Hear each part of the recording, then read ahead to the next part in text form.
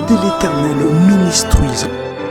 Abonnez-vous massivement sur notre chaîne YouTube Germe de l'Éternel Ministries, sur notre page Facebook et sur notre compte Twitter. Pour tout contact, appelez le 081 06 44 218.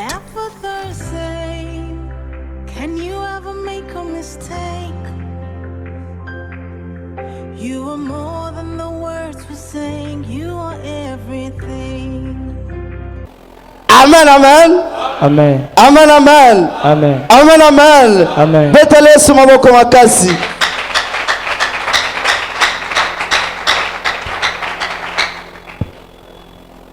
Cette soirée, c'est une soirée prophétique. Pourquoi ya lelo eza pourquoi moko ya lisakoli. Toutes les gestes seront prophétiques. Makambo nyonso tokosala awa Tout ce que tu vas faire sera prophétique. Nyonso oyo papa kosala ekozala. Que Dieu bénisse ceux qui ont resté jusqu'aujourd'hui, jusqu'à maintenant. Nzambe alola apambola mutu moko. C'est une prédication réservée pour le reste de Dieu. Lité ya lelo ezalaki ebomisama c'est pour le reste de Dieu. Ezalaki pona yo mutu c'est pour le reste de Dieu. Ezalaki pona yo mutu. Cette soirée réservée pour le reste de Dieu. Abomaki yango pona yo mutu boyi ko pas seulement pour le reste. Ce n'est pas pour les gens qui sont pressés. Et c'est pour le reste de Dieu. C'est pour le reste de Dieu. Dans les moments très difficiles, dans les moments de confusion, dans les moments où les gens meurent, dans les moments où les gens pleurent, il y a toujours le reste de Dieu. Laisse-moi te dire que ce soit Dieu le reste de Dieu. Ce soit Dieu le reste de Dieu. Dieu va te bénir ce soir. Si tu es d'accord avec moi, dis Alléluia. Peuple de Dieu. Adieu 2021. Ah, Zambé 2021. Adieu 2021. Ah, Zambé nangai 2021. Adieu 2021. Ah, Zambé 2021. Signifie tout simplement.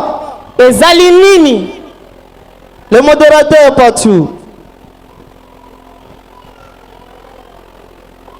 Betele sumaboko makasi, betele sumaboko makasi.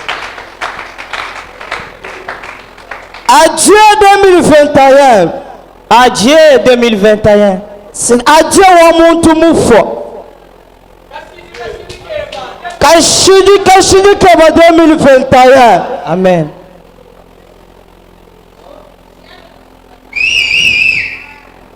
Adieu 2021. 2021 et c'est Koufi pour un peu et si libéla. Adieu 2021 pour 2021 et Tika libéla pour Koufa. Adieu 2021 pour 2021 Kende Tika la kuna Koufa libéla. Adieu 2021 pour toi.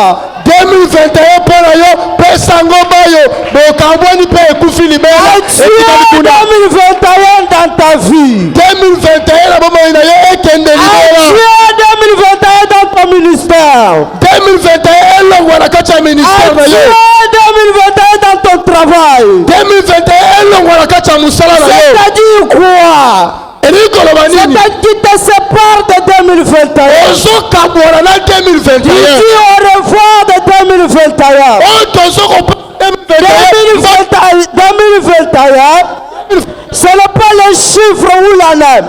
C'est les esprits qui étaient derrière 2021. Ce sont les esprits démoniaques, les esprits sataniques, les esprits de trouble. J'aimerais que ce soit, tu vas dire tous les esprits là au revoir. Si tu es d'accord, ça va se passer.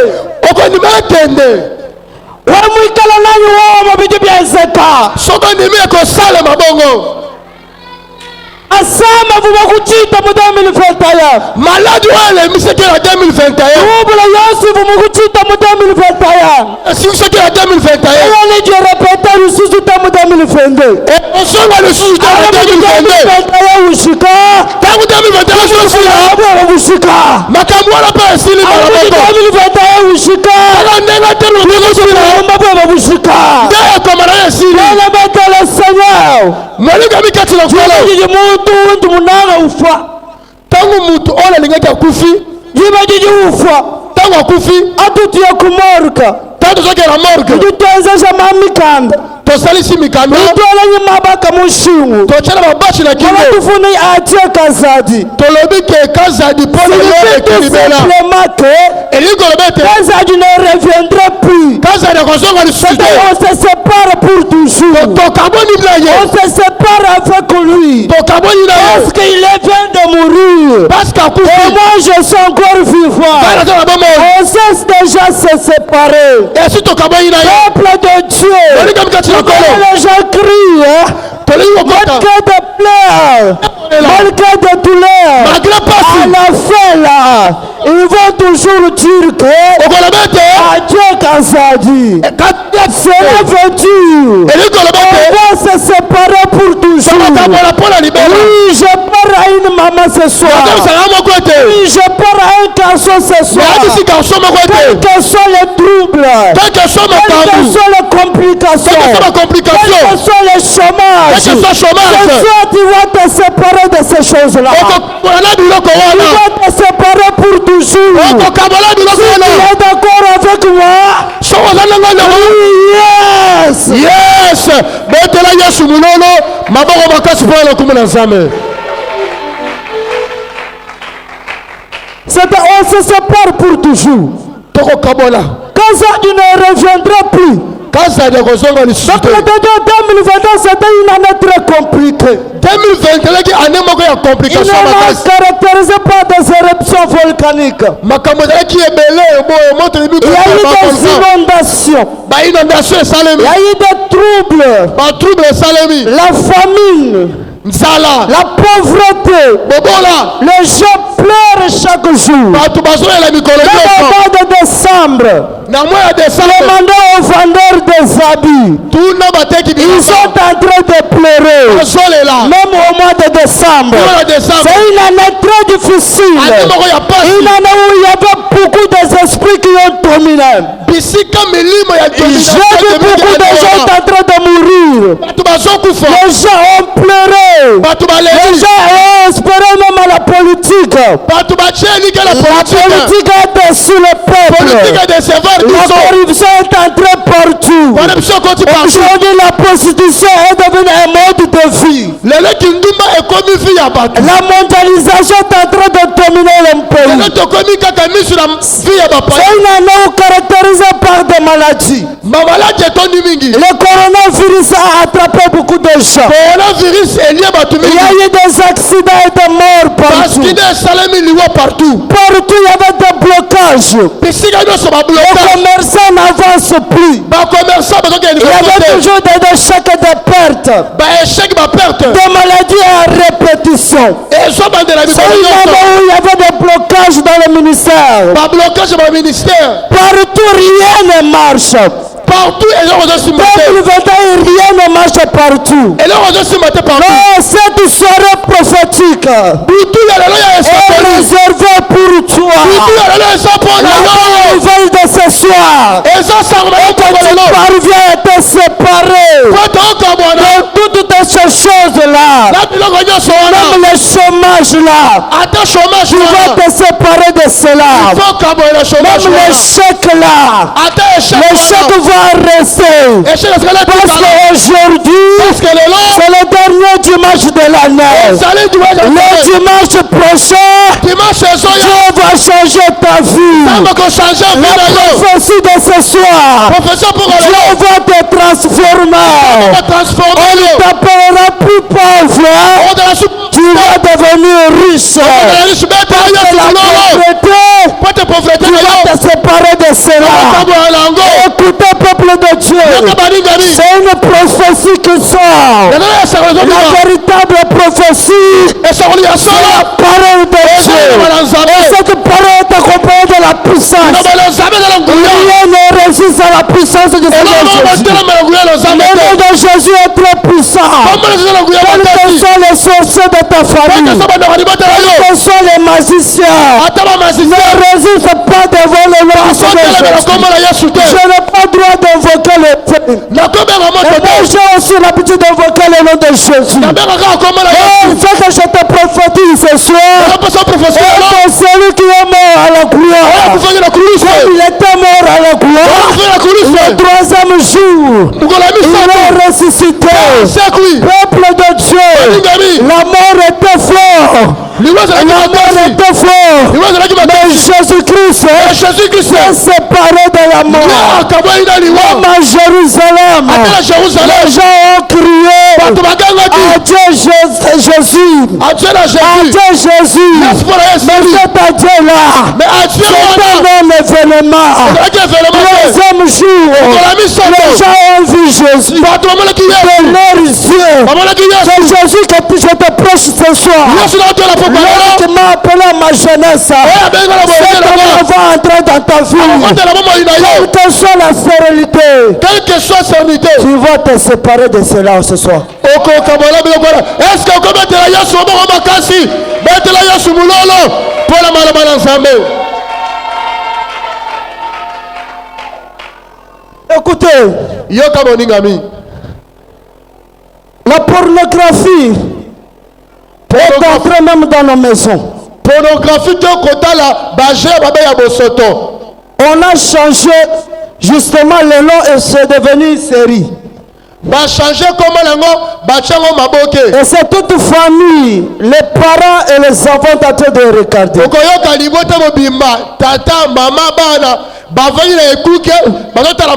parents encouragent leurs enfants à la prostitution. Même dans un milieu scolaire. Et pourri cette année. Le péché est entré partout.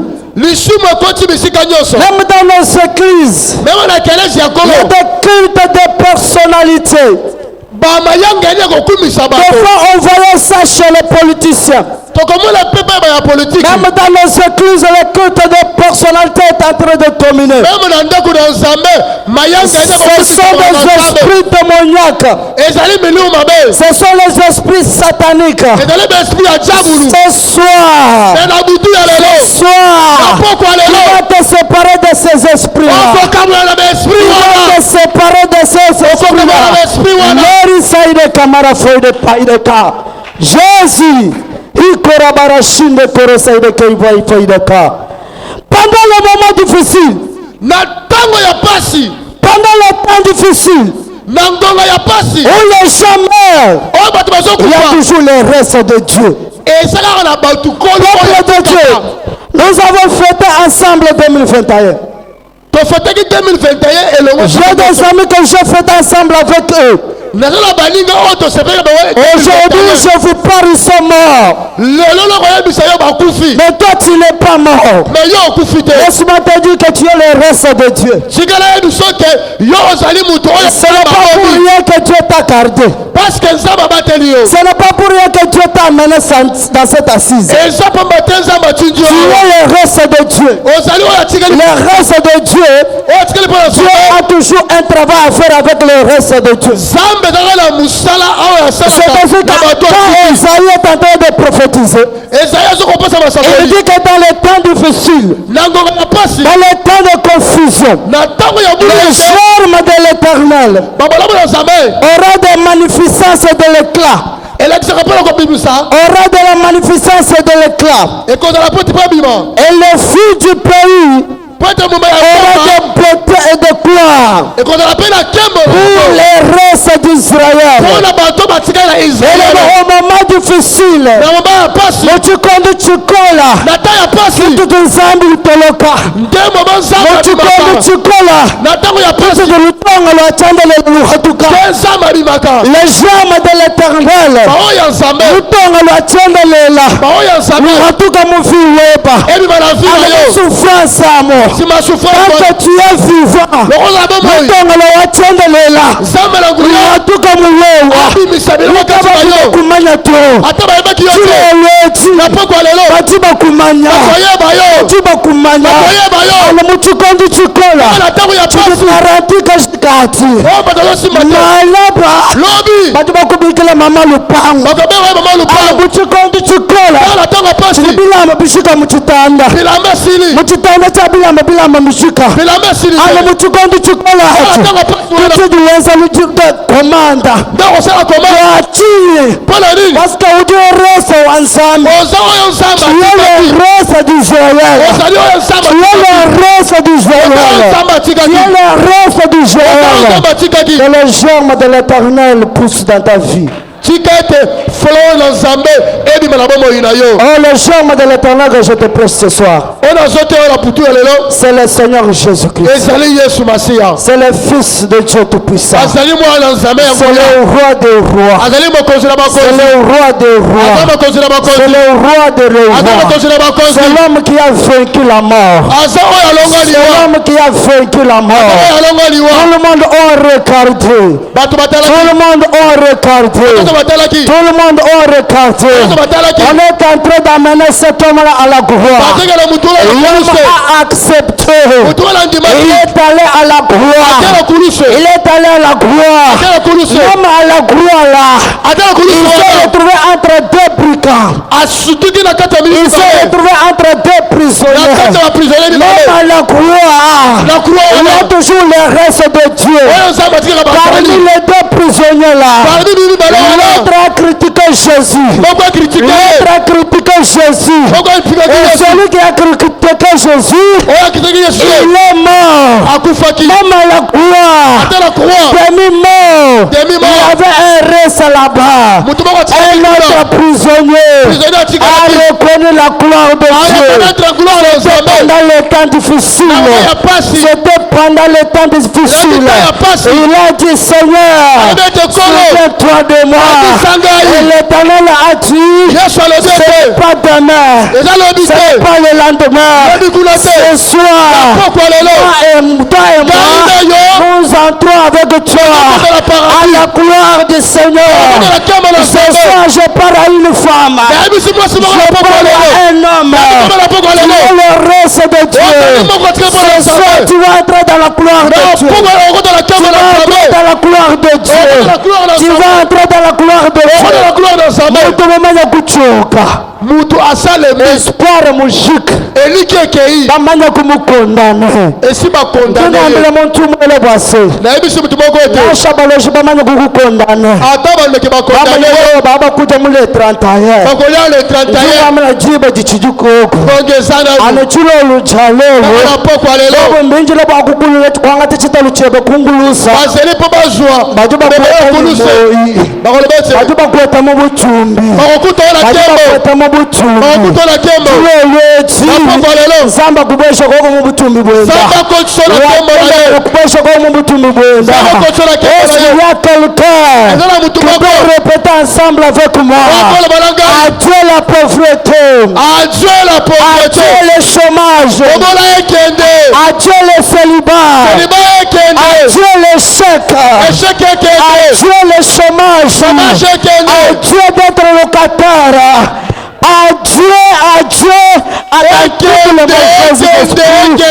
Au nom du Seigneur Jésus. au nom de jésus betela yesu mulolo maboko makasi mpo na lokumu na nzambe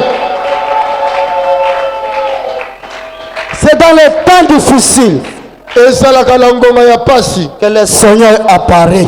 nde nzambe abimaka Yesu akumwonekana mufi webachilolwe. yesu alimonisa na vi na oyo na pokwa Jana lelo mulo kukulesha muko wa muntu tu. nayekolakisa mutu mosusu te Mulo kukulesha jina jimwehere. nayekolakisa nkombo moko Ijitamba jina ja mfumu ajitunga. oyo eleki félix na makasi Ijitanga jina ja bangambwa. oyo leki bakokolo na makasi ijana tina timwehela kaka kombo moko atu ngati bikila ntango nabengaka kombo wana ashemema mumuntu chimbi walufu ata ngai na elimo ya liwa ashemema mumusheta ata ngai na kati ya serke musheta tutayika serke musheta epasukaka tutayika serke epasukaka nashobola manya kukudesineke ata badesine ukadi deja kubusheri yo sokomi na ukadi boucherie deja candidat réservé à la mort okomi candidat na liwa zinkwambila bwase nazoyebiso tu ne te vas plus mourir okokufa lisusu tu te ne vas plus mourir okokufa te tu ne vas plus mourir okokufa te comme tu es le reste de Dieu ozawa nzambe Dieu va te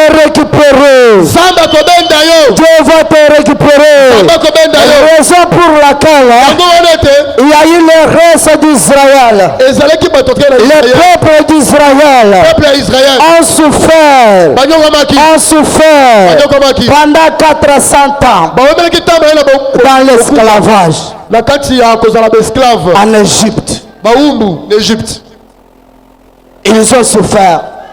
banyokomaki Ubosu bofu bakengapo. banyokomaki Babuni bakafu. ebele bakufaki Ati bosu ka bakafa to. me nyonso bakufaki te Mari saide kamara foi de pai de ka. Hira saide ke marashinde kore bara foi de pa. Ndimaka chuma ku prophétiser. nayala kati ya kosakola Mu bantu bosu bofu bakengapo. na bato nyonso banyokomaki wana Babuni bakafu. ebele bakufaki Ati bosu ka bakafa to. me nyonso bakufaki te Mary saide kamara foi de pai de ka. Hira saide kamara shinde kore bara foi de pa. Je prophétise à tout le monde. nazopesa esakoli Vous mpona qui me bato suivez nyonso partout. yezola nanga partout Vous qui me suivez au Canada, yezola nanga partout au aux Canada États-Unis, en Angleterre, États-Unis na dans la Angleterre Grande-Bretagne, à Lubumbashi. partout na Lubumbashi Ce soir, je prophétise dans ta vie. na poko ya pesa Même si na tu yo manques le passeport, atozangi le passeport nom du Seigneur Jésus-Christ na kombo na va Yesu te donner le passeport. Yesu akopewa Même passeport si tu manques le travail, atozangi le musala Seigneur Jésus-Christ Yesu va masila te donner du travail. akopesa musala Et Jésus, Jésus même si tu n'as pas de diplôme, le diplôme le te Seigneur ne regarde pas le niveau. botala niveau Le na Yesu Seigneur ne regarde pas le niveau. batalaka niveau Ne tu passe te plus au passé. botala makambo ya Laisse-moi kite te dire que Jésus que je te prêche Yesu na va kotela te récupérer akorécupérer et va yo t'amener dans son royaume. mpe akomema yo na bokonzi na ye okobeta mololo te betela Yesu mololo ya bien encourage mosangi na Nzambe Bakafa baitaboui. bakufaki ebele Et le reste de Dieu, me baoyo ya Nzambe Dieu a regardé Nzambe abatelaki bango pendant 400 ans. banda mubu ebele Moi, Égypte, na kati na Egypte baba tuta dina chilo. bazobeta bango tongo Bava pokwa baya kubwanga tu. bakendaki na hôpital te Bakafa bonso, bakafa babuni. bakufaki ebele Mais bonso ka bakushika tu. me bango nyonso basilaki te Bonso ka bakushika tu. nyonso basilaki te Nevunye capital ka 10 000 $. ozalaki na kapitale ya 10 000 $. Capital ko sunga shika. kapitale esili Jungwambele capital na shikoka shika. ata kapitale esili Tila ngwambele kinga shika konsuto. esili nyonso te Ompaye mwebayi kala 100 francs ye mushala. na poche nyonso Nsambe ni ekisakotikali kapasite ka kumultiplier 100 francs. zamba makasi akomultiplie Bawe wana kwamba nyukwa shiki. ata bike esili Aliwe mushala byanse bitu. kaka soko tia bongo polele Kare nasho yoyi mishika. ata esili Kake 100 francs uchijinenda. loko ozota na Il y a 100 francs toujours de l'espoir. eliki eza Il y a kaka toujours de l'espoir. Elite Raison pour laquelle Yango na yebi soki. Job a perdu tout. Job abungisi Job a biloko perdu nyonso tout. Job abungisi Mais biloko il a nyonso crié que je sais, nayebi eloko je moko sais nayebi eloko que moko mon rédempteur est vivant. mosika oyo na ngai aza na bomoi Nasha bakabele mukosi. ata batiaki Mon bandelo mariage yebu. na mariage na yo Wachondelela nzambi. batie esongisongi nzambe alola nzambe akomatisa yo Bible tuamanye. biblia ezoloba ete Nzambi waba hatulu. nzambe abimisi Ils bango ont reçu une liberté. bazwaki liberté Ils ont sorti l'Égypte. babimi na egypte Écoutez, yoka c'était une liberté provisoire. ezalaki liberté moko Ce n'était pas une liberté totale. ezalaki bosomi ya Dieu nyonso les te a libérés nzambe abimisi bango en Égypte. na egypte Lorsqu'ils ont sorti de l'Égypte, ntango bimi na egypte ils ont reçu une liberté. bazwaki bobimi Ils ont reçu une liberté. bazwaki bobimi Une liberté provisoire. bobimi ya Ils sont en train de marcher. ntango bazotambola Ils se sont retrouvés bamisutuki devant les mers rouges. liboso ya mai ya Devant motane la mer rouge. liboso ya mai ya motane Peuple de Dieu. baningami kati na Si nkolo tu manges l'agneau, soko otambola si butu tu comprends Seigneur Jésus-Christ, soko okomprendre tu jésus seras libéré. okozala Lorsque tu lokobima bénéficies sur la libération, okobénéficie ce na n'est pas bobimi seulement fini. esili te Il faut attendre aussi la délivrance. zela bosomi to bokangolami Autrement, tout le monde peut être. eza na moto ayoki malamu Qui va dire comme Égypte? ntango babimi na egypte Badi ça comme Mokouz. bakutani liboso mai ya Ils motane ont commencé à pleurer. babandaki Les kolela regards de rien, bateli na nsima c'est les Égyptiens. baegyptien Tout bazoya allemand qui les poursuivait. bambolombolo Baba ezoya yekutila mwati. bakomi kolela Badi bamba yitofu. tokufi Badi bamba yitofu. tokufi Mochikondo chikolo. na ntango ya pasi Moïse otuwe mana. moïse atelemi Ozwa mekano kangi tu. abi bolenga te Kano kangi tu. bolenga te Tangila délivrance wachendelela. bomona ndenge nzambe akokangola Ba bino Égyptien bano iba mwana. baegyptien oyo bozomona Koba mwana kabiji tu. bokomona bango lisusu Je te parle à une personne. azebisa motu moko Parle à une personne. azebisa motu moko Cette pauvreté-là, bobola tu wana ne le verras plus. okomona yango lisusu te Cette pauvreté-là, bobola wana tu ne le verras plus. okomona yango lisusu te Celui qui a parlé, oyo alobaki c'était Moïse. ezalaki moïse En tant que sacrificateur. en tant que Moïse a engagé sa sacrificature. engagé Et il a bozomele dit les Égyptiens que vous voyez. alobi ete baegyptien Vous ne les bozomele verrez plus. bokomona bango lisusu te 2021 que vous voyez. 2021 Le tomona chômage que vous avez vu. bobola La botomona perte que vous avez vécue. mpe otomelaki Vous wana ne le verrez plus. okomona yango lisusu Vous ne te le verrez plus. okomona yango Vous ne lisusu le te verrez plus. okomona yango lisusu Vous ne te le verrez plus. okomona yango lisusu Vous te ne le verrez plus. okomona yango lisusu te L'avance 2021. 2021 ekei L'avance 2021. 2021 ekei L'avance 2021. Ekende. Traverse 2021. Est-ce qu'il y a quelqu'un qui peut traverser? eza moto Par akokotisa faisant des gestes. sala geste Traverse bien-aimé dans le Seigneur. okokota 2021 Traverse bien-aimé dans le Seigneur. Traverse 2021. Laisse le chômage. Tika bobola. Laisse le célibat.